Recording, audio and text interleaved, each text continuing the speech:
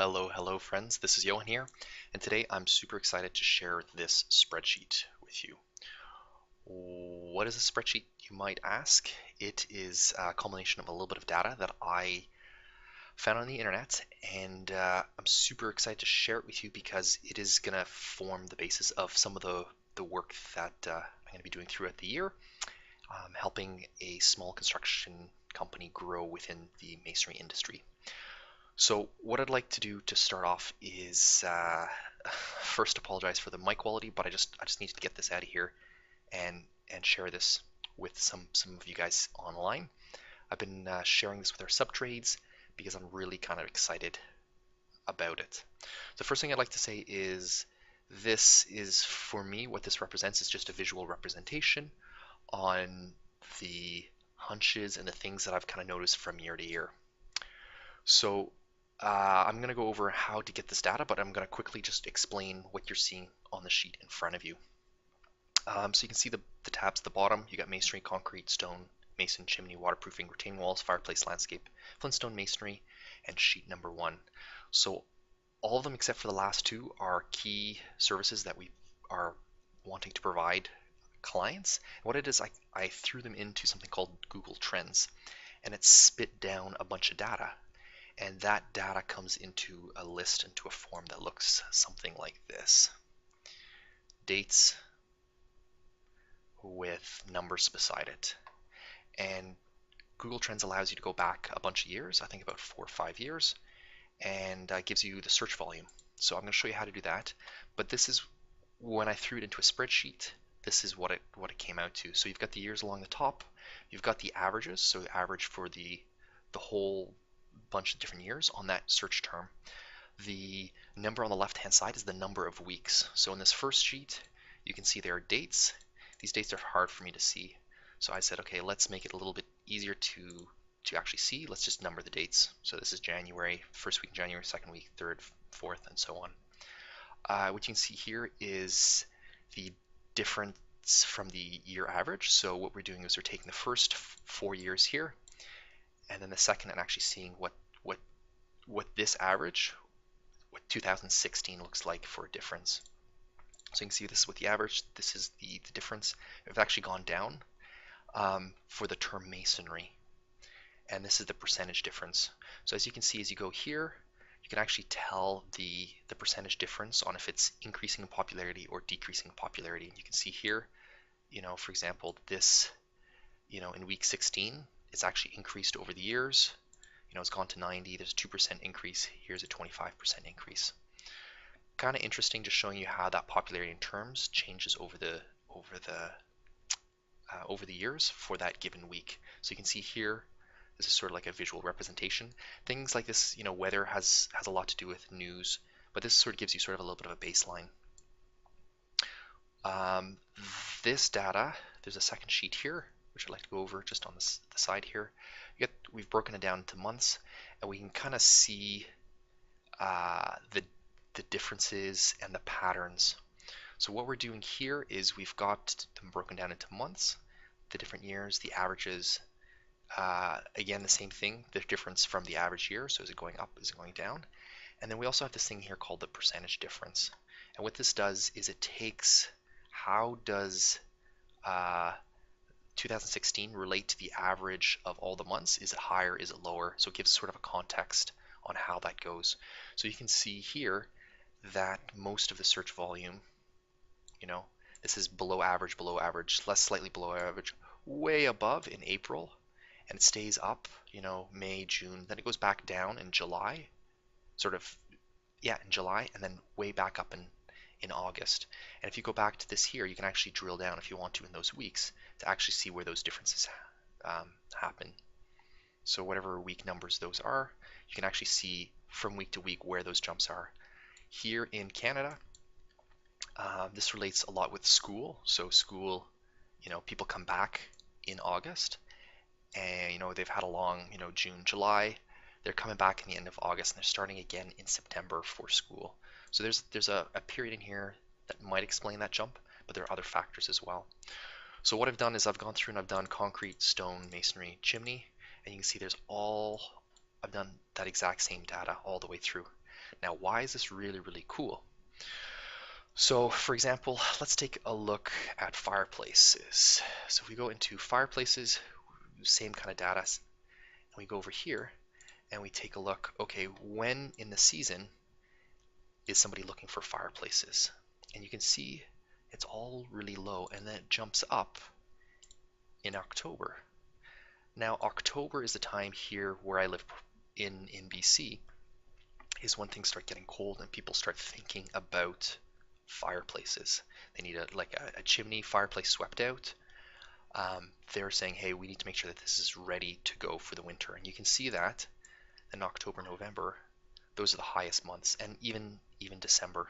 If you want to drill down more minutely, you can go down and you can take a look at the weeks here, and you can see in those months that we talked about, there are actually spikes within those weeks on those months. Why is that useful?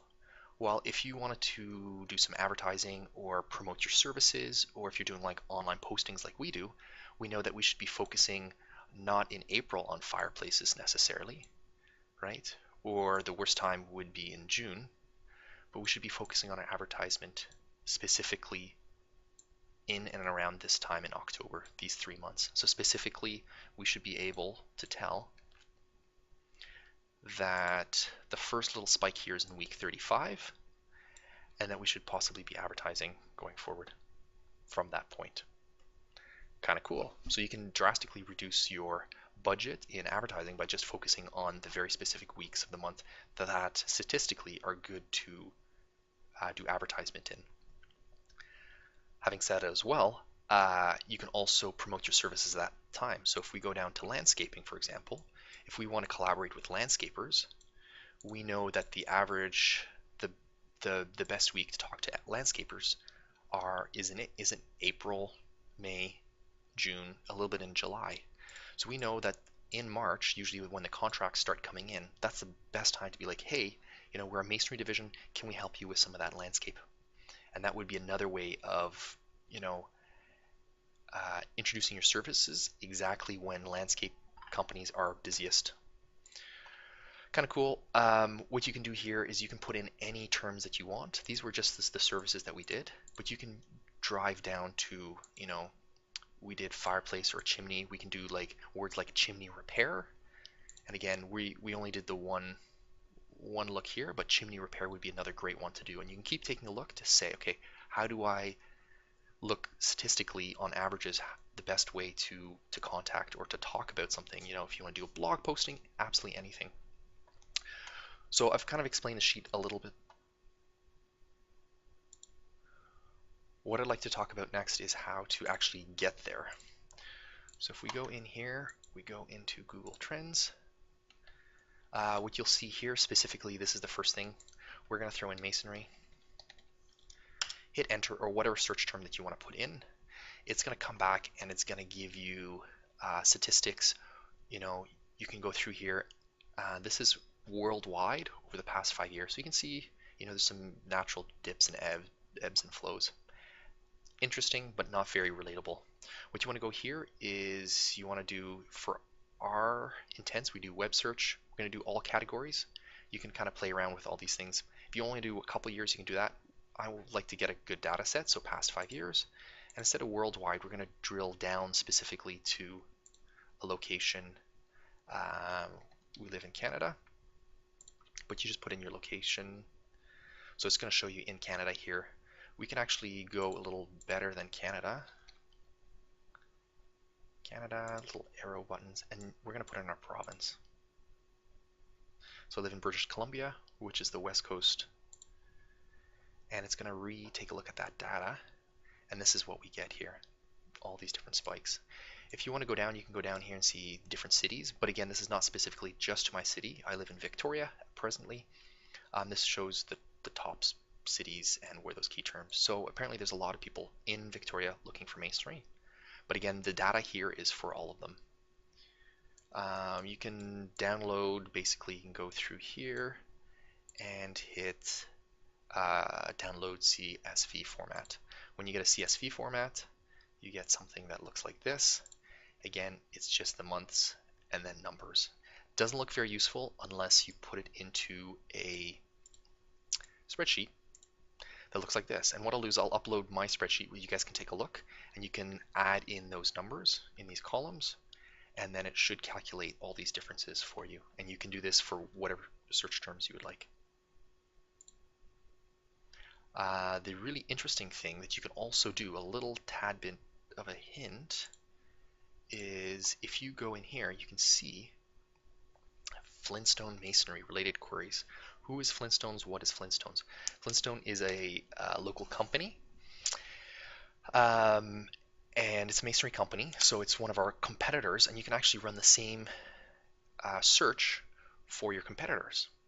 So if we go through here, and I actually did that, is I went down to Flintstone Masonry, I downloaded that data to see, okay, who's searching for masonry companies, and specifically this masonry company, and we got the exact same data. So you can see that in April, a lot of people are looking for this specific masonry company, right? They're typing in that name, and then again in August, and again these last 2 months. So if you wanted to sometimes maybe scoop up or encroach on the territory of your competition, you could potentially say, hey, I'm going to buy some keywords. Google does keywords. You can buy advertisement, and you can say, hey, I want to scoop up. I know that for this search term, it's actually going up over the years slowly, and I can scoop up maybe 162 potential Flintstones clients if you wanted to. So it's the possibility. I'm not saying do that, but I'm saying there's a lot of possibilities. Or you can take a look at your competition and see how those relates in those Google Trends over the years. Anyways, I hope this was useful in one way or another. I've got a bunch of other stuff that I'm going to be loading up constantly, little videos, hopefully with a little bit of better mic, but tutorials, ways to think about running a business a little bit different, tips and tricks, documents, all those kind of things. So stay tuned, check out the website. It's Smart Construction Start, and yeah, good luck with you guys, and hope to hear from you. Send me a note, tell me if this works, or if you have any suggestions, or if you want to build on it. I'd love to hear. Again, we're all in this together. We want to build the absolute best business that we can, and I think together with sharing and working smartly, we can all achieve our version of success. So till next time, keep working, and let's talk soon.